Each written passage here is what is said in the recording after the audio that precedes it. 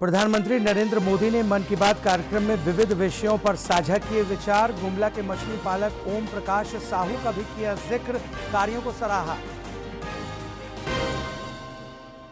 जमशेदपुर के सांसद विद्युत वरण महतो को सांसद रत्न पुरस्कार। रक्षा राज्य मंत्री चांडिल न्यू बाईपास सड़क को जनता को करेंगे समर्पित।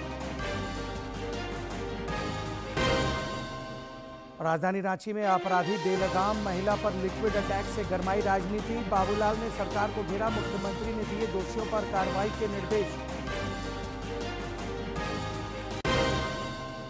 और राज्य में आज भी कई स्थानों पर भारी बारिश का अलर्ट। पूर्वी सिंहभूम में खरकई और स्वर्णरेखा नदी खतरे के निशान के ऊपर, निचले इलाकों से सुरक्षित जगहों पर भेजे गए लोग।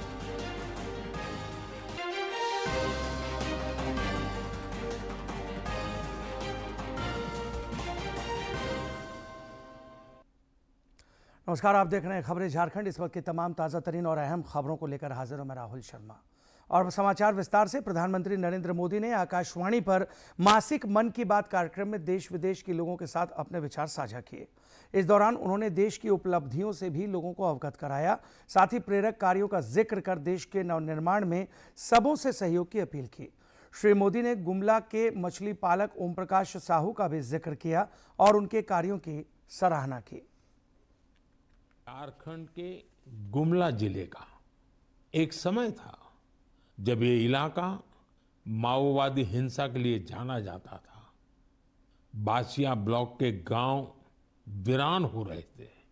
लोग डर के साए में जीते थे। रोजगार की कोई संभावना नजर नहीं आती थी। जमीनें खाली पड़ी थी और नौजवान पलायन कर रहे थे। लेकिन फिर बदलाव की एक बहुत ही शांत और धैर्य से भरी हुई शुरुआत हुई। ओम प्रकाश साहू जी नाम के एक युवक ने हिंसा का रास्ता छोड़ दिया। उन्होंने मछली पालन शुरू किया। फिर अपने जैसे कई साथियों को भी इसके लिए प्रेरित किया। उनके इस प्रयास का असर भी हुआ। जो पहले बंदूक थामे हुए थे, अब मछली पकड़ने वाला जाल थाम चुके हैं। साथियों, ओम प्रकाश साहू जी की शुरुआत आसान नहीं थी। विरोध हुआ, धमकियां मिली, लेकिन हौसला नहीं टूटा। जब प्रधानमंत्री मत्स्य संपदा योजना आई तो उन्हें नई ताकत मिली।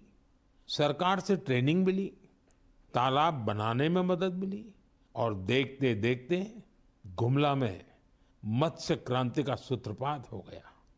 आज बासिया ब्लॉक के 150 से ज्यादा परिवार मछली पालन से जुड़ चुके हैं। कई तो ऐसे लोग हैं जो कभी नक्सली संगठन में थे। अब वे गांव में ही सम्मान से जीवन जी रहे हैं और दूसरों को रोजगार दे रहे हैं।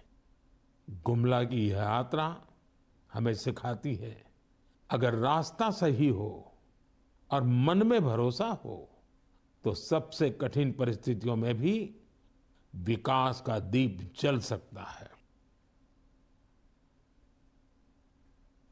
केंद्र सरकार के प्रयासों से जहां नक्सलवाद अब खात्मे की ओर है, वहीं भटके हुए लोग भी समाज की मुख्यधारा से जुड़कर देश के विकास में योगदान दे रहे हैं।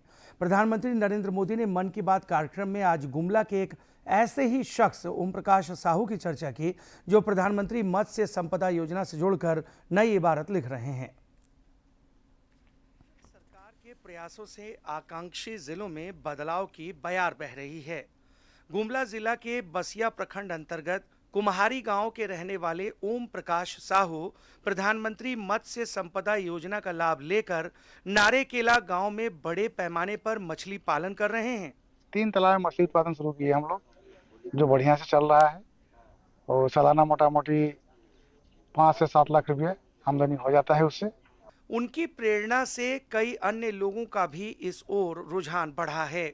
उग्रवाद के कारण युवा शिक्षिका ज्योति लकड़ा को नौकरी छोड़नी पड़ी, जिसके बाद उन्होंने मत्स्य पालन को अपनाया।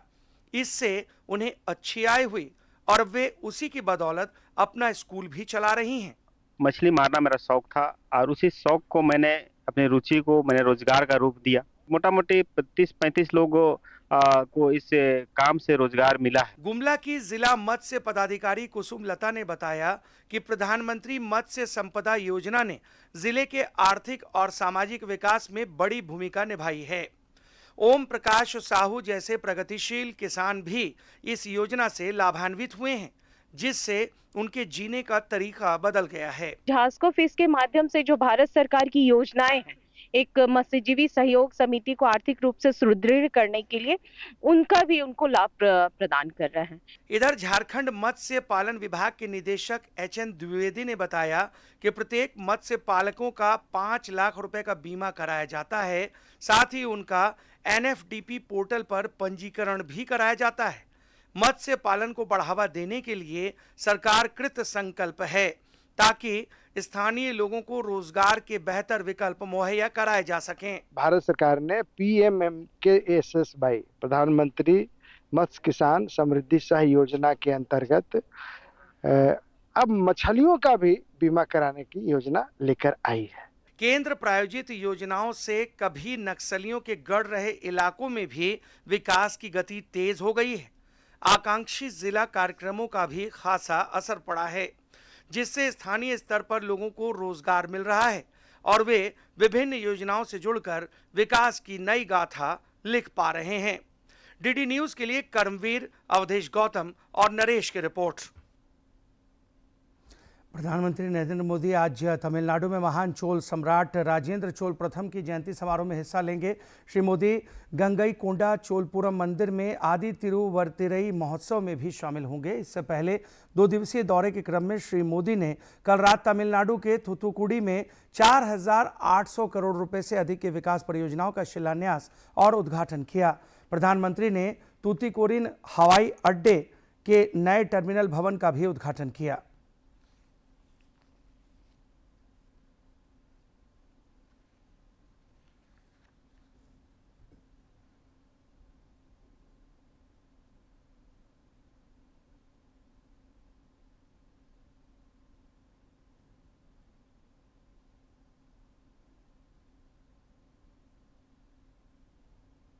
तमिलनाडु का डेवलप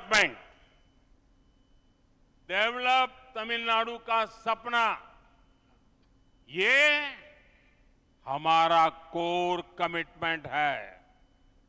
हमने तमिलनाडु के डेवलपमेंट से जुड़ी पॉलिसीज को निरंतर प्राथमिकता दी है।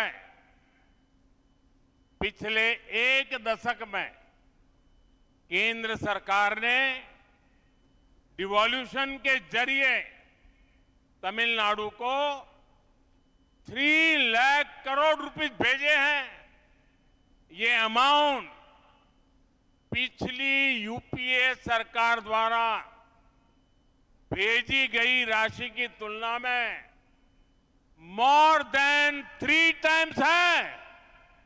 इन 11 इयर्स में तमिलनाडु को 11 न्यू मेडिकल कॉलेजेस मिले हैं।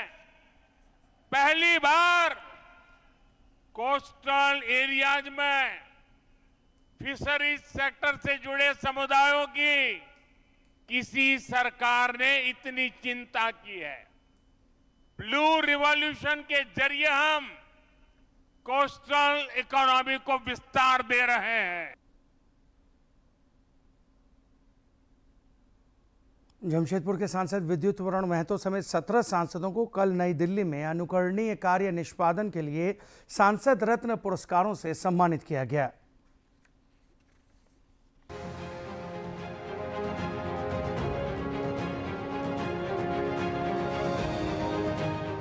संसद में उल्लेखनीय योगदान देने वाले 17 सांसदों और 2 संसदीय स्थायी समितियों को संसद रत्न सम्मान से सम्मानित किया गया है।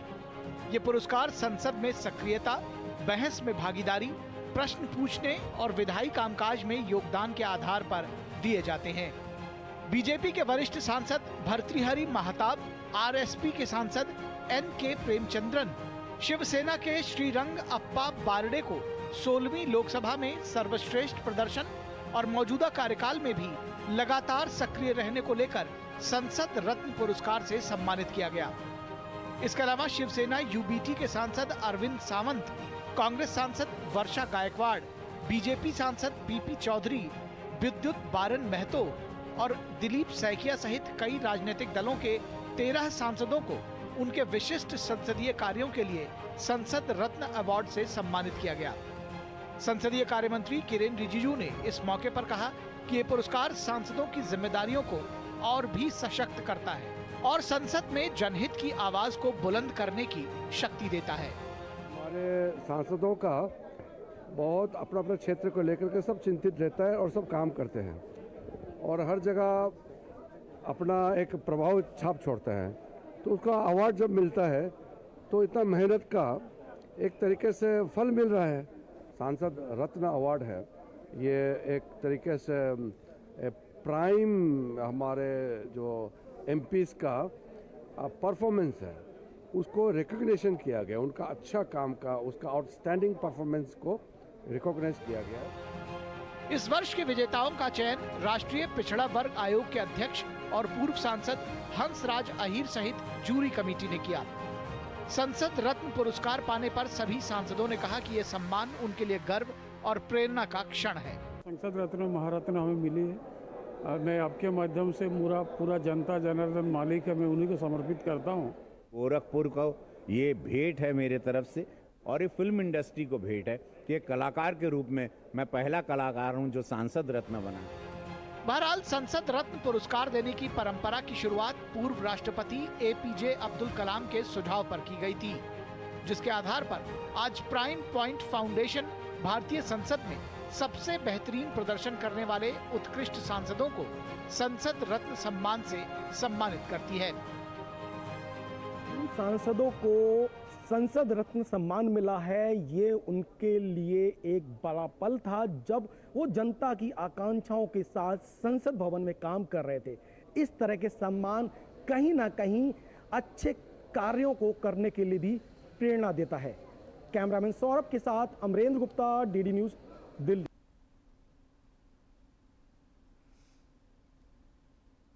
राजधानी रांची के कांके थाना क्षेत्र के टेंडर गांव में कल एक महिला पर लिक्विड अटैक किया गया। आनन फानन में महिला को नेत्र चिकित्सक के पास ले जाया गया, जहां उनका बेहतर इलाज किया गया। फिलहाल वो खतरे से बाहर बताई जा रही हैं।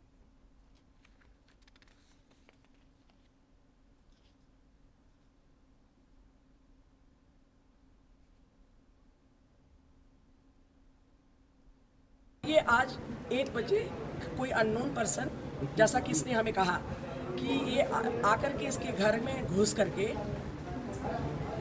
पेट्रोल इसके आंखों में डाल दिया, तो पेट्रोल फेंक दिया। तो हम लोगों को देखने से भी, अभी हम लोगों ने जिसका आई का एग्जामिनेशन किया है, तो हम लोग को भी लग रहा है कि बहुत मेजर एसिड या अल्कली नहीं डाला है, क्योंकि बहुत मेजर एसिड और अल्कली डालने से आंखें बहुत ज़्यादा क्षतिग्रस्त हो जाती हैं। तो हम लोगों ने जो इसकी आंख में जो डैमेज हुआ है उसको हम लोग ट्रीटेबल है, तो उसको हम लोग ट्रीट कर रहे हैं। इधर इस घटना के बाद महिला सुरक्षा और विधि व्यवस्था के मुद्दे पर भाजपा फिर राज्य सरकार पर हमलावर है।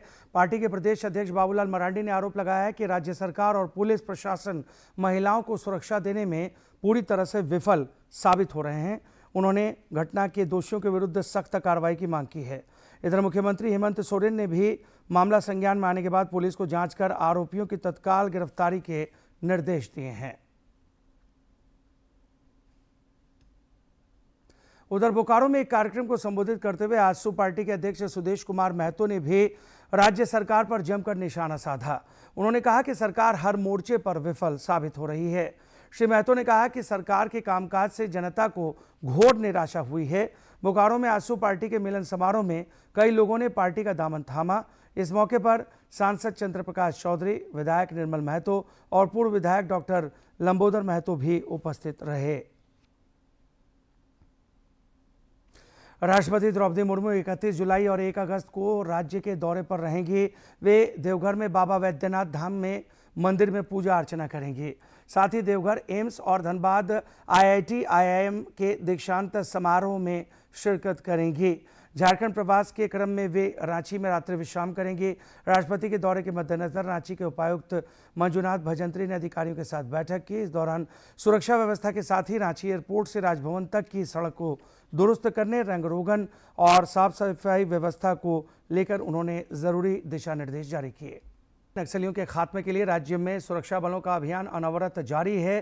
पिछले 7 महीनों में 20 नक्सली ढेर कर दिए गए हैं, जबकि 197 नक्सलियों को गिरफ्तार किया गया है। गुमला में भी कल मुठभेड़ के दौरान जेजेएमपी के 3 उग्रवादी मारे गए। पुलिस महानिदेशक अनुराग गुप्ता ने बताया कि इलाके में सर्च ऑपरेशन जारी है। 3 अपराधी मारे गए, 3 हथियार बरामद हुए, जिसमें एक AK-47 भी है और अभी आगे सर्च चल रही है। उम्मीद है कुछ और पकड़े जाएंगे, मारे जाएंगे। तो ये हमारी जो अभियान है उसकी एक और कड़ी है। अगर आप देखेंगे पिछले 6 महीने में दर्जनों नक्सली मारे गए हैं, मार गिराए गए हैं, हथियार बरामद हुए हैं। रांची के नगड़ी थाना क्षेत्र से पुलिस ने अवैध हथियार के साथ एक शातिर अपराधी को गिरफ्तार किया है। SSP चंदन कुमार सिन्हा ने बताया कि अवैध हथियार के खरीद बिक्री की सूचना मिली थी, जिसके बाद नगड़ी थाना प्रभारी के द्वारा कार्रवाई करते हुए अपराधी को धर दबोचा गया। कल रात में नगरी थाना प्रभारी को सूचना मिली कि एक अवैध हथियार की खरीद बिक्री से जुड़ा हुए मामले में कोई मूवमेंट है, और उस इनपुट पे जब इसने कार्रवाई की तो एक आदमी पकड़ा गया है, मोहम्मद कैर उर्फ सोनू, जिसके पास से एक अवैध देसी कट्टा मिला है। और ये जिससे इसने परचेज किया है वो हम लोग को नाम क्लियर हो गया है, उसके लिए छापेमारी चल रही है। ये फर्दर इसको बेचना चाह रहा था और बेचने के लिए कस्टमर से बातचीत की हुई दौरान ही हम लोग को इनपुट ये मिला था, तो ये गिरफ्तार हुआ है। पूर्व में भी ये आर्म्स एक्ट के केस में जेल जा चुका है। इसका क्रिमिनल हिस्ट्री भी आर्म्स एक्ट का है पहले से। देवघर और दुमका में चल रहे राजकीय श्रावणी मेला में लगातार बाबा भोलेनाथ के भक्त पहुंच रहे हैं। कल तीसरी सोमवारी पर करीब 4 लाख से अधिक श्रद्धालुओं के पहुंचने का अनुमान है। इधर मेला के 17वें दिन कल 2.25 लाख कांवरियों ने बाबा पर जलार्पण किया। आज भी रविवार होने के कारण विभिन्न शिवालयों में श्रद्धालुओं का तांता लगा हुआ है। राष्ट्रीय बागवानी मिशन के तहत बागवानी और फूल उत्पादन को केंद्र सरकार बढ़ावा दे रही है। इस दिशा में खूंटी के सखी मंडल की दीदियां और युवा किसान गेंदा फूल की खेती पर लखपति किसान बनने की राह पर हैं। खूंटी जिले के 3000 महिला और युवा किसान 25 लाख गेंदा फूल के पौधे लगा रहे हैं। गेंदा फूल की खेती कर ये लखपति बनने की राह पर हैं। खूंटी, कर्रा, अड़की, तोरपा, रनिया और मुरहू प्रखंड में बड़े पैमाने पर सखी मंडल की दीदियां और युवा किसान गेंदा फूल की खेती कर रहे हैं। सखी मंडल की सदस्य सुनीता देवी ने कहा कि गेंदा फूल की खेती कर वे अच्छी आमदनी कर रहे हैं। गेंदा फूल का खेती करके भी अच्छी आमदनी अपना कर रहे हैं। अपने बच्चों के भविष्य का खर्चा को देख रहे हैं कि पढ़ाई लिखाई कैसे करवाएं, तो ये गेंदा फूल की आमदनी से हम लोग अच्छी आमदनी ला पा रहे हैं। महिला कृषि बागवानी स्वावलंबी सहकारी समिति से जुड़े प्रगतिशील किसान 250 एकड़ भूभाग में गेंदा फूल की खेती कर रहे हैं। समिति की समन्वयक निधि कुमारी ने कहा कि गेंदा फूल की खेती से किसानों की औसतन आय 20 से 25 हजार रुपये तक बढ़ी है। गेंदा फूल से 20 से 25 हजार की आमदनी अनुमानित है और प्रतिवर्ष ये हो रहा है, और ये हमारा जो लखपति किसान बनाने में ये सबसे बड़ा भूमिका निभाता है। वहीं किसान अजय रुंडा ने कहा कि गेंदा फूल के सीजन में उन्हें अच्छी आमदनी होती है और एक व्यक्ति को करीब 30,000 रुपये तक की आमदनी हो जाती है। प्रत्येक पौधा से अगर एक लरी भी अगर निकल रहा है तो 20,000 लरी फूल का माला बनेगा। 20 रुपया भी करके अगर हम लोग बेच रहे हैं तो 40,000 लगभग हो रहा है। FPO के समन्वयक धर्म कुमार ने बताया कि किसानों के बीच कोलकाता नर्सरी से फूल के छोटे पौधे मंगाकर वितरित किए जाते हैं। उन्होंने कहा कि करीब 3 लाख पौधे क्षेत्र में बांटे गए हैं और खरीफ के सीजन में इसका बेहतर उत्पादन होता है। आज जो आप देख रहे हैं वो एक गाड़ी लगभग 3 लाख जो है पौधा आया है और पिछला 1-1.5 घंटा में ही ये ख़त्म हो गया है। तो किसानों का इसके प्रति बहुत अच्छा अनुभव रहा है। इसी वजह से किसानों का रुझान जो है इसके प्रति एक बहुत अच्छा हुआ है। बड़े स्तर पर गेंदा फूल की खेती से जहां एक ओर महिला और युवा किसानों की आमदनी बढ़ी है, वहीं दूसरी ओर क्षेत्र वासियों को रोजगार का एक बेहतर साधन मुहैया हुआ है। डीडी न्यूज के लिए खूंटी से ज्योत्सना की रिपोर्ट। सरायकेला टाटा कांड्रा मार्ग की बदहाल स्थिति के विरोध में स्थानीय लोगों ने सड़क पर धान की रोपनी कर अनोखा विरोध प्रदर्शन किया। लगभग 65 किलोमीटर लंबे इस सड़क की स्थिति अत्यंत दयनीय हो चुकी है। सड़क पर जगह जगह गड्ढे बन चुके हैं, जिनमें बारिश के मौसम में जल जमाव के कारण राहगीरों को काफी परेशानी हो रही है। राज्य में विकास के दावों के विपरीत कई इलाके बदहाल हैं। सरायकेला नगर पंचायत के पूर्व उपाध्यक्ष मनोज कुमार चौधरी के नेतृत्व में स्थानीय लोगों ने खस्ताहाल सरायकेला टाटा कांड्रा मार्ग के विरोध में धान की रोपनी कर अनोखा प्रदर्शन किया तथा सरकार पर उदासीनता का आरोप भी लगाया। तो बोल भी नहीं सकते, इतना परेशानी, इतना सरायकेला नगर पंचायत के पूर्व उपाध्यक्ष मनोज चौधरी ने तंत्र को चेतावनी देते हुए कहा कि सप्ताह के भीतर अगर सड़क मरम्मत करने की दिशा में कोई ठोस कदम नहीं उठाया गया तो टोल वसूली के खिलाफ जन आंदोलन शुरू किया जाएगा।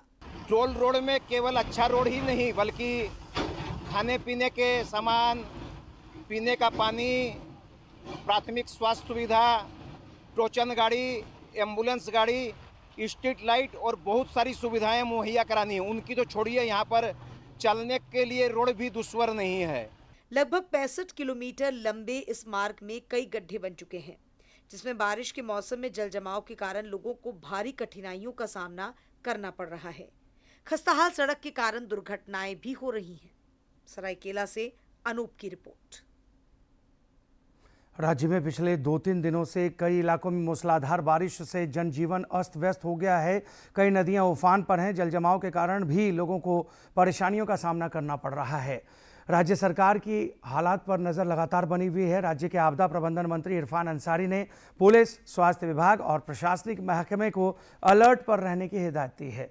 उन्होंने जनता को सतर्क और सावधान रहने का भी सुझाव दिया है। राज्य में 31 जुलाई तक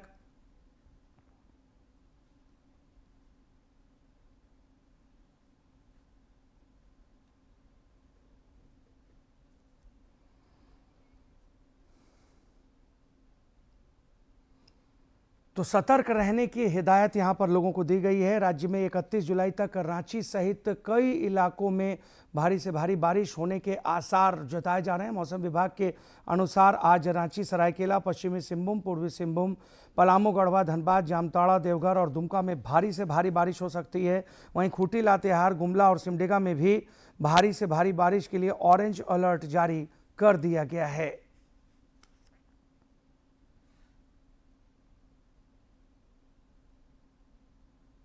पूर्वी सिंहभूम में भी पिछले 24 घंटे के दौरान जमकर बारिश हुई है। डिमना और चांडिल डैम के फाटक खोले जाने की वजह से स्वर्णरेखा और खरकई नदी का जलस्तर खतरे के निशान को पार कर गया है।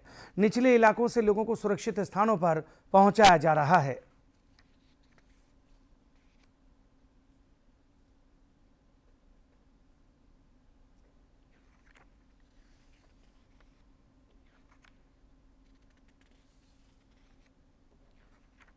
ये देखिए, ये हमारा घर है और किस तरह से पानी चला गया, कितने मुसीबतों का सामना करना पड़ रहा है। अगर ये डंपिंग जैसे बहुत साल पहले बनाई थी बेली बोधन वाले के थ्रू में, अगर उस तरह से फिर इसको रिपेयर कर दिया जाता तो ये पानी जो इंटरनल उस साइड से वो क्या था जो टूट गया है, वो पानी बस्तियों में नहीं घुसता। 1000 घरों में पानी बाढ़ का घुस गया है। रात भर बारिश हुआ है और उड़ीसा का बेंगल डैम को 13 फाटक खोला गया है। हमारा चांडिल का 4 फाटक खोल दिया गया है, जिसके कारण स्वर्णरेखा और खरखराई नदी खतरे के निशान से काफ़ी ऊपर बह रही है और पूरे क्षेत्र में पानी घुस गया है। अब आइए आज के दिन के ऐतिहासिक और महत्वपूर्ण घटनाओं पर डालते हैं एक नजर।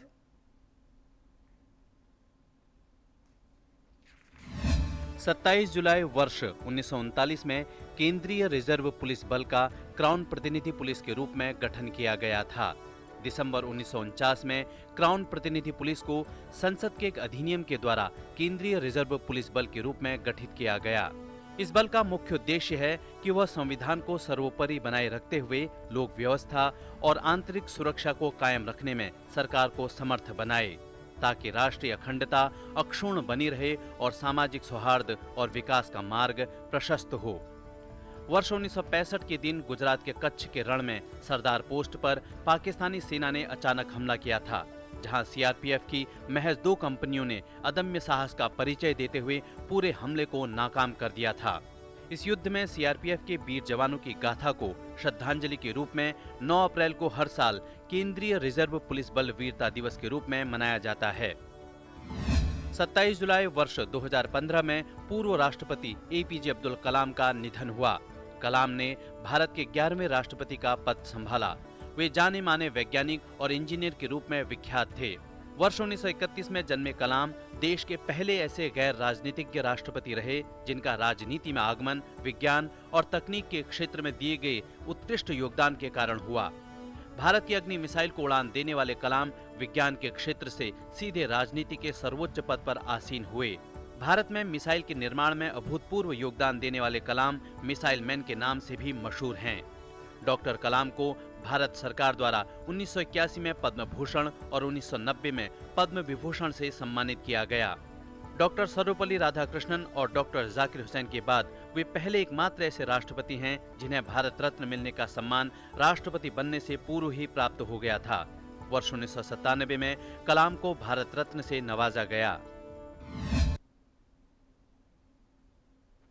इंग्लैंड दौरे पर गई भारतीय क्रिकेट टीम ने मैनचेस्टर टेस्ट में चौथे दिन का खेल खत्म होने तक मेजबान के खिलाफ दूसरी पारी में 2 विकेट खोकर 174 रन बना लिए हैं। अभी भी भारतीय टीम मेजबान टीम से 137 रन पीछे है। खिलाफ दूसरी पारी में चौथे दिन 2 विकेट पर 174 रन बना लिए हैं। मेजबानों से फिलहाल भारत 137 रन पीछे है। इंग्लैंड की पहली पारी 669 रन पर समाप्त हुई थी। इससे पहले भारत ने अपनी पहली पारी में 358 रन बनाए थे। शनिवार का खेल समाप्त होने तक केएल राहुल 87 और शुभमन गिल 78 रन बनाकर क्रीज पर डटे हैं। भारत की दूसरी पारी झटके के साथ शुरू हुई। क्रिस वोक्स ने टीम को पहले ही सत्र में 2 झटके भी दिए। उन्होंने यशस्वी जायसवाल और साई सुदर्शन को अपना शिकार बनाया। दोनों अपना खाता भी नहीं खोल पाए। इसके बाद मोर्चा शुभमन गिल और केएल राहुल ने संभाला।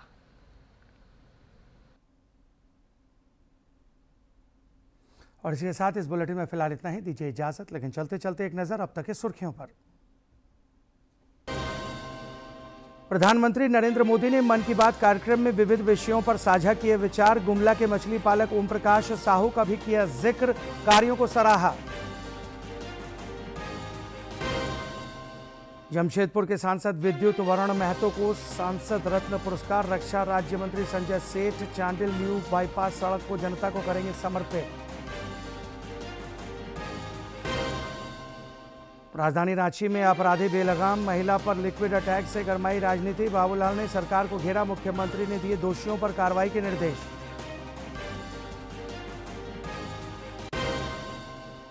और राज्य में आज भी कई स्थानों पर भारी बारिश का अलर्ट। पूर्वी सिंहभूम में खरकई और स्वर्णरेखा नदी खतरे के निशान के ऊपर, निचले इलाकों से सुरक्षित जगहों पर भेजे गए लोग।